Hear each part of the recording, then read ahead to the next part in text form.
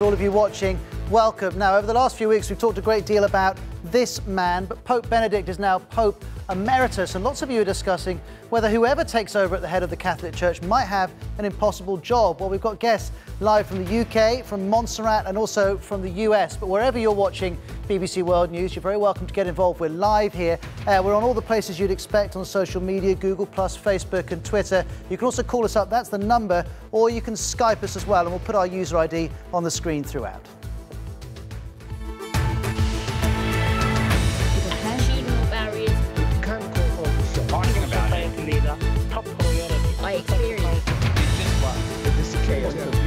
People are going to want to know. Let's just say something.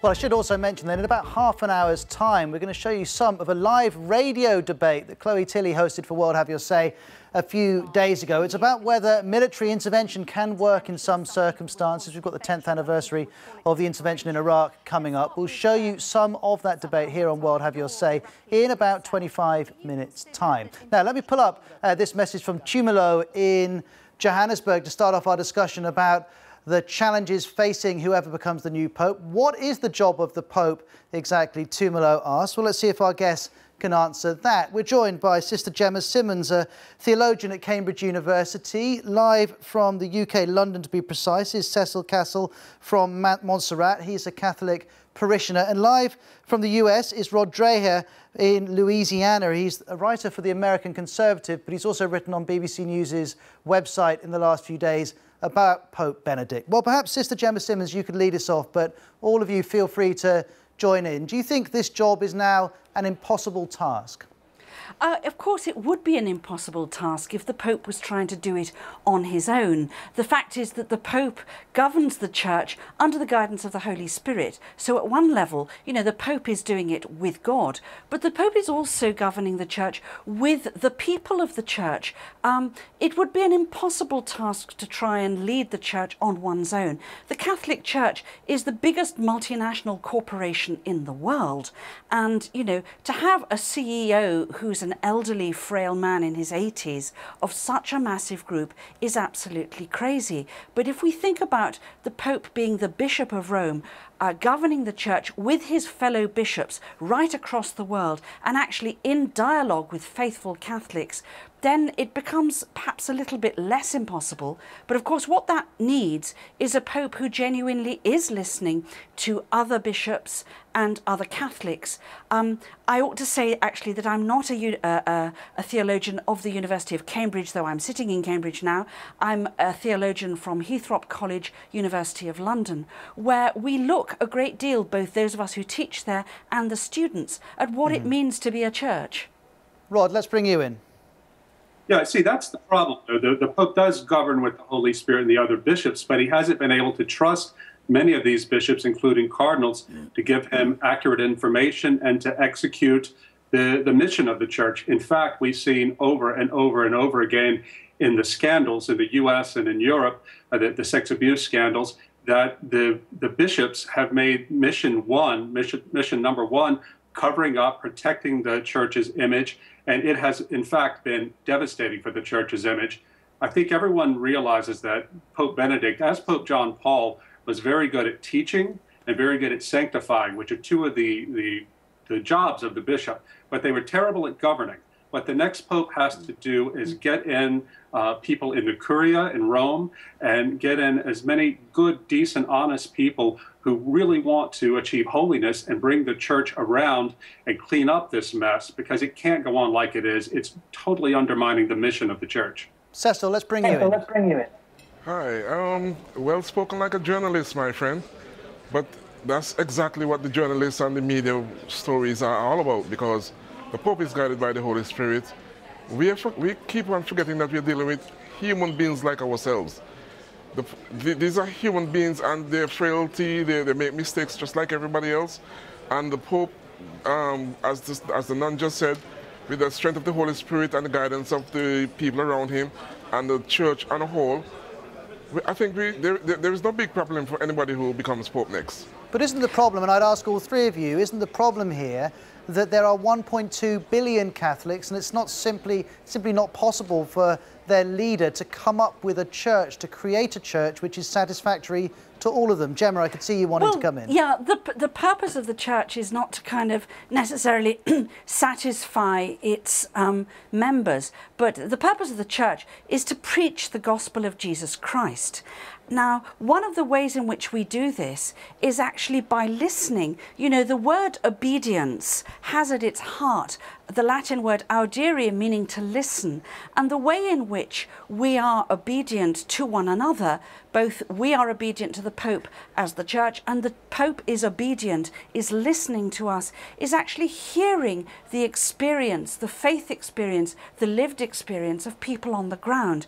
And I think it is right to say that when those who govern the Church actually are separated and distanced from the normal experience of normal faithful Catholics trying to live their faith in the circumstances of ordinary life, then we end up having a kind of dialogue of the deaf, where what becomes important is the institution rather than the people, the institution rather than the gospel of Jesus Christ, which is what is central to the Church's life. But before I let the other two respond, I just should quickly mention to those of you watching a quote from Pope Benedict when he said, "The Church is a living being, but it also remains always the same." And it's that dilemma, isn't it, about whether the Pope tries to adapt the Church or tries to say we're staying still while the world around us changes. Rod, that is one of the fundamental challenges, isn't it? It certainly is. And I would say myself, I'm a former Catholic, still a Christian, and a theological conservative. So I don't particularly want to see the Catholic Church change its theology. I don't expect that it will. What I would like it to do is be more true to its theology in its governing class, to have bishops and priests, but especially bishops, who can be trusted to do the right thing. When our friend from Montserrat speaks of the frailty of people, to me that word does a lot of work here. We're not talking about frailty. We are talking about the sexual abuse of children and of victims and of families who tried to seek justice, and in fact even of some priests and nuns who tried to speak out on behalf of these victims. Sister talks about the need for the Church to listen, for the bishops and the popes to listen. I'm thinking that within the Catholic people and the world at large, and so many of us do depend on the Catholic Church and look to it for guidance, even if we're no longer Catholic, it depends on credibility. People have to be able to hear the message of the gospel from the Church. If people see bishops who have such incredible hypocrisy in their background, covering up crimes, they're not going to be able to hear the truth and the good words, the good message of the Church for spiritual healing and the healing of society. That's the problem here. The Church is losing credibility in its institutional function. But the point here, Cecil, let's bring you in. Can the Pope create a Catholic Church that is credible to all Catholics? Well, regardless of what happens, the Pope will not be able to please everybody. And just like any institution, any organizations, you are going to have good and bad. However, in my point of view, we keep concentrating on the minute problems. When last have anybody spoken about the good things that the Pope has done? All we keep hearing is about the negative things. And these will happen because, as I said before, we are dealing with human beings. And no matter what we try, no matter how spiritual we are, no matter whatever we do, we are always going to make mistakes. Cecil, whether it be bishop or whoever, even back in the days, we had popes who used to make serious mistakes. But it's the Holy Spirit guiding us, and with the strength of the Holy Spirit, we will persevere. Cecil, I think you're right, and in the sense that, you know, this Pope and his predecessor, they have been world leaders who have had a consistent critique of the effects of global capitalism on the poor. They have been consistent and vociferous critics of the militarization of the world, particularly in Africa and also in the Middle East. I mean, this Pope has been a really vocal critic, for instance, of the war in Iraq. But nobody hears that. Now, one reason is because it's not sexy news. It's much more interesting when the Pope talks about contraception. Everyone listens. They don't listen when the Pope talks about poverty or about militarization. But at the same time, I think Rod has got a very wise thing to say there, that unless the rest of the package is credible, you know, the the message of the Pope is watered down, is diminished. So actually, in order to be credible witnesses, in order for this Pope's amazing teaching on poverty, on development, on peace and militarization, for that to get across, we also have to have credibility as an institution. And when we fail to have that credibility, then actually the rest of the message is diminished. And that's been the tragedy, because actually this Pope has had wonderful things to say for the rest of the world to hear. Rod, I can see you nodding. Yes, I couldn't agree more. This is absolutely true. We need to hear the Catholic message and the papal message about the economy and about war and all these other problems we face. But it's very hard to speak of these things when there's this massive cloud hanging over the Church's authority in the U.S. and Europe because of the abuse scandal. But it's also, I want to bring something else in here too. The next Pope will have to govern in the internet age. That's an era of transparency and instant global awareness of news. And things just can't be hidden, can't be taken care of under the table as they were able to be in the past. In the U.S., the reason we had the big abuse scandal story here was because in 2002, when the Boston trial of Father Gagan broke, the judge in the case put the records online. She released them, they went online, and suddenly everyone in the US and Europe and anywhere in the world with an internet connection could see what had been done by the Archdiocese of Boston to cover up in this case. And this happened over and over and over Rod, again. But Rod, we should add, though, that one of the last acts of Pope Benedict before he ended his papacy was to send a tweet. So there was an awareness that there are different ways of communicating with people other than standing in church. I think that is true, but you know, one of the most important things about communication is that you both listen and actually give space for people's voices. And I would want to say, as a woman, that the voices that have been most silenced in the church in this millennium and in the century before and in decades and centuries before has been the voice of women. If you go to any Catholic church in the world, the majority of the people there are women. It is women that are being lost to the church. We're losing the young mothers. We're losing the mothers who could hand on the faith to their children. Why? Because the church has actually not had a message of good news for women.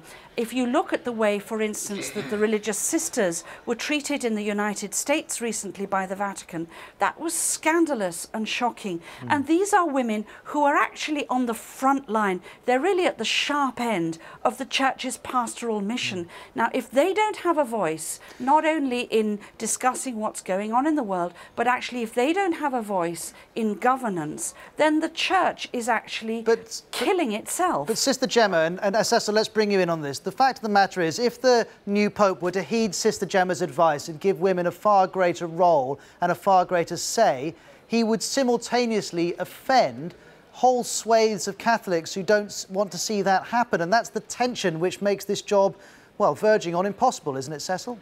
Well, as I said in the program when we did the radio program, it took many, many years for the church to reach the level it is at now at the moment. And I see a totally different church in the Caribbean. The women are so actively involved in the church in the Caribbean. And I think Sister might be reaching to the fact of talking about women as priests and so on. No. I'm really not talking about women being ordained. You do not have to be ordained in the Catholic Church to have a voice. So this is a very different... I'm not talking about the ordination of women here. Well, Sister, in the Caribbean, the women are probably the strongest voice in the church. The women basically run the church. I'm surprised that I'm hearing this in Europe and places like America. And what place do they have, Cecil, in the decision-making processes in the church? You know, women are very vocal and very active in this part of the world in looking after the catechism programs, in cleaning the church, in putting the flowers round on the altar. But when it comes to the actual decision-making processes of the church at diocesan level and at higher levels, there is an extraordinary absence of women in those processes. It's not that women aren't participating. I'm coming from a different experience because it's a lot different in the Caribbean. Because when you go to synods and so on, the majority of the people there are women, and they are very much involved in the decision-making in the church. Well, maybe we need a Caribbean pope in that case. Well, there's an idea. There's an idea, Sister Gemma. I am surprised. I'm really, really, really surprised. Well, I've looked at the betting, and I haven't seen any Caribbean contenders, but maybe I've missed out. Rod, just before you come in, I should mention that lots of you watching our discussion on today's World Have Your Say are getting in touch. Let me just tell you what some people have been saying. Jude in Nigeria has called up to say this is not an easy job because of the glare of the world on every decision you take. Roger's watching in Liberia. He's on facebook.com/World Have Your Say saying, I think there is someone competent enough to handle all the problems the church is faced with. And I wonder if I could pull up something that we've spotted on the Washington Post blog here. Well, I can't pull it up, but I can read it to you. Melinda Hennenberger says, given all the tensions within and without the church today, it's hard to imagine many cardinals are pining for the post. Well, we'll discuss whether people actually want to take it on in a few minutes' time. We're going to take a break here briefly on BBC World News. No, I talking about it. Let me say something.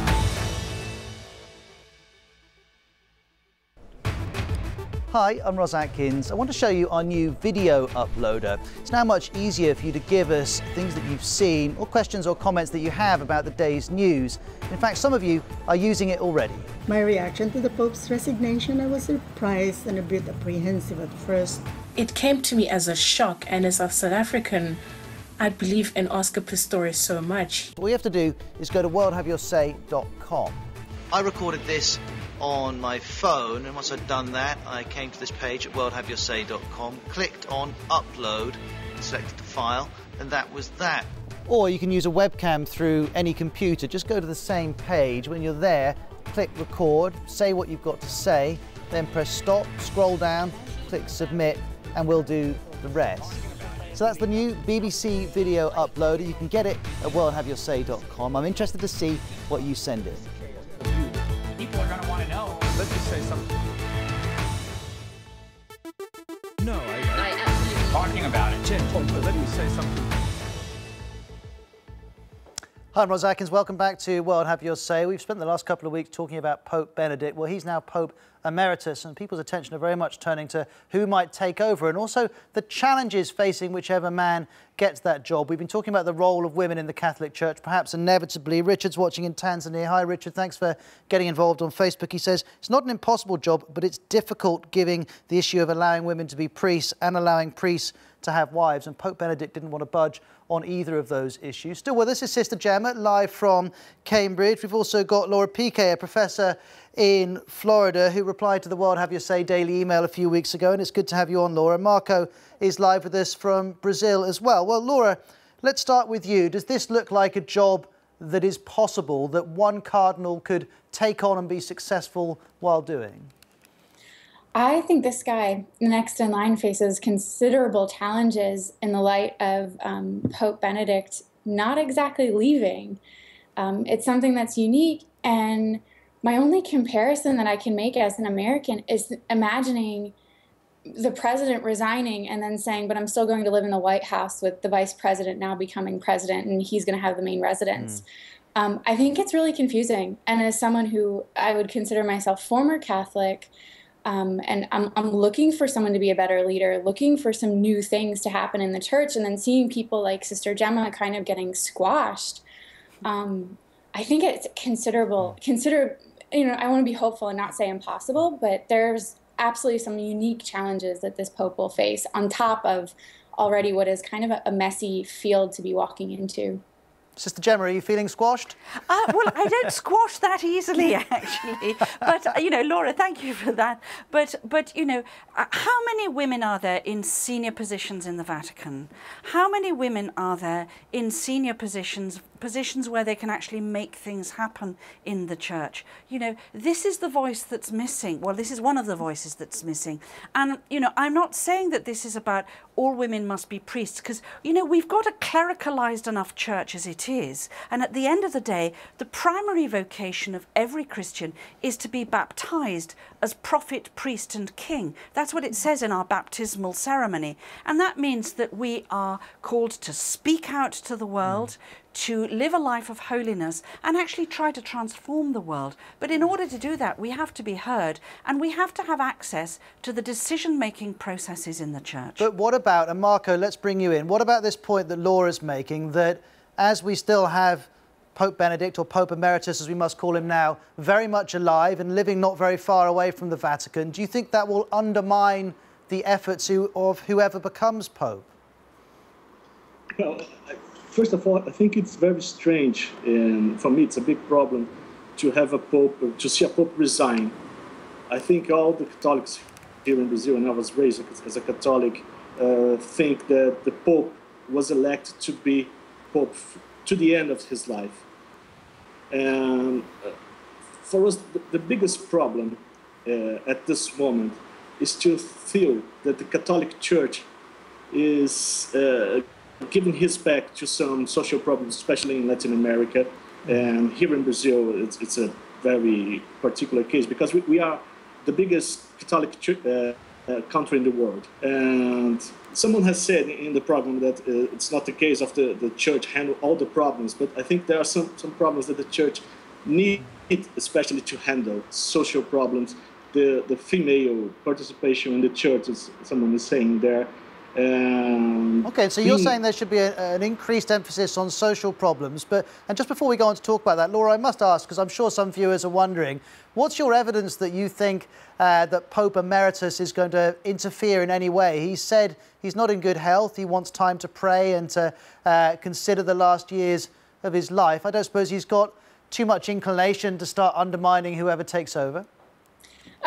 And I should choose my words carefully.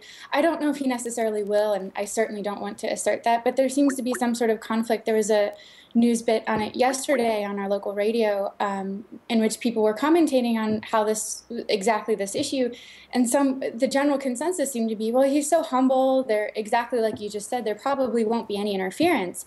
But I think that flies kind of in direct conflict with making these decisions to still live in the Vatican before the new Pope has even come, the title that he's chosen to keep, that he's actually not fully exiting either. And so whether he does anything or not, it comes back to exactly what everyone on your program was saying before I came in about this issue of credibility. I know, like I was saying, my perception of it is it's quite confusing. What if, whether he intends to or not, if he still continues to publish any opinions or make any of his thoughts public, it could be a very confusing message. This is interesting, and I'm surprised that the word credibility, not just from you, but others, has come up. Clearly, it's a big issue. Laura, thank you very much for that contribution. I'll also let you answer those Skype calls, because it looks like you're a lady who's in demand at the moment. Thank you very much for joining us live from Florida. I also wanted to show you this comment. You may remember the name of Giles Fraser. He used to be the Canon Chancellor of St. Paul's, but during the Occupy campaigns outside of St. Paul's, he resigned. Anyway, he's now a commentator in the press, writes a lot for the Guardian newspaper. He says, the resignation of the Pope reveals that the papacy is simply a job. It rightly challenges some of the cult of personality. Gemma, do you think that's true? And if it is true, is it welcome? I think it is true. And I mean, we have to remember, authority is not magic. You know, God gives us capacities by which we exercise authority. And, you know, capacities like physical strength, mental health, you know, as well as the spiritual capacities. And I think that in this very charismatic and courageous gesture, the Pope has made it clear that God doesn't you know, give us authority as if it's a sort of magic capacity. He works through our human capacities.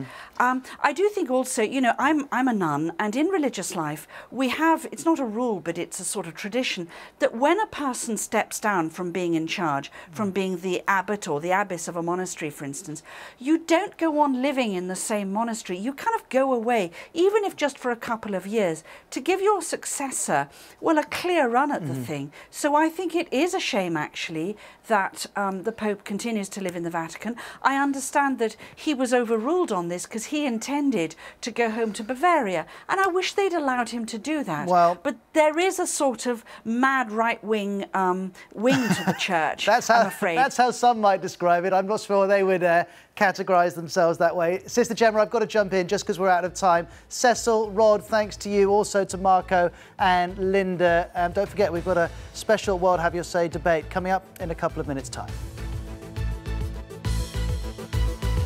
let's just say something.